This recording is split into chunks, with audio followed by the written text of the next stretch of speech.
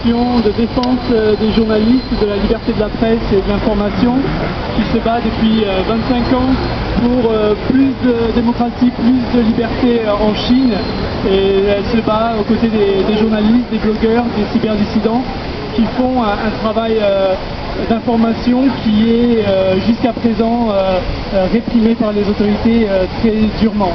Je pense que beaucoup de choses ont été dites déjà sur les événements de Tiananmen. Je vais juste vous donner quelques mots, une déclaration officielle de Reporters sans frontières concernant la censure autour des événements de Tiananmen. À l'approche du 4 juin 2013, qui marque le triste anniversaire de la sanglante répression du mouvement démocratique en juin 89, Reporters sans frontières réitère son appel à la libération des journalistes, blogueurs et militants de la liberté d'expression, et en particulier ceux qui ont été emprisonnés pour avoir participé ou évoqué le mouvement démocratique de 1989, à la possibilité pour la presse et les internautes chinois de rendre compte de tous les événements, y compris de ceux qui ont profondément marqué les mois de mai et juin 1989. L'organisation appelle à la fin de la censure tout azimut et au démantèlement du système informatique de censure et de contrôle de l'information, couramment appelé Grande Muraille électronique.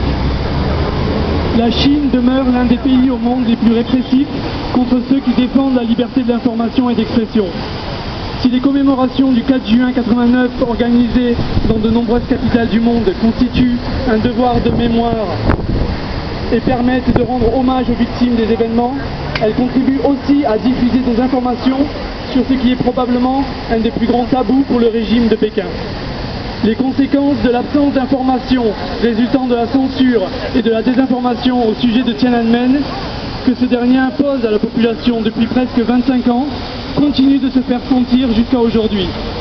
Une grande majorité de jeunes Chinois ne connaissent toujours pas l'existence de cet épisode, tant le blackout a été maintenu. Les événements de Tiananmen sont très loin d'être un cas isolé, illustrant une époque révolue.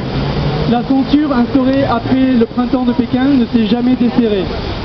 Les autorités considèrent la désinformation et la censure quotidienne comme des moyens efficaces de contrôle de la population et de l'image internationale de la Chine, quelles qu'en soient les conséquences pour les citoyens du pays.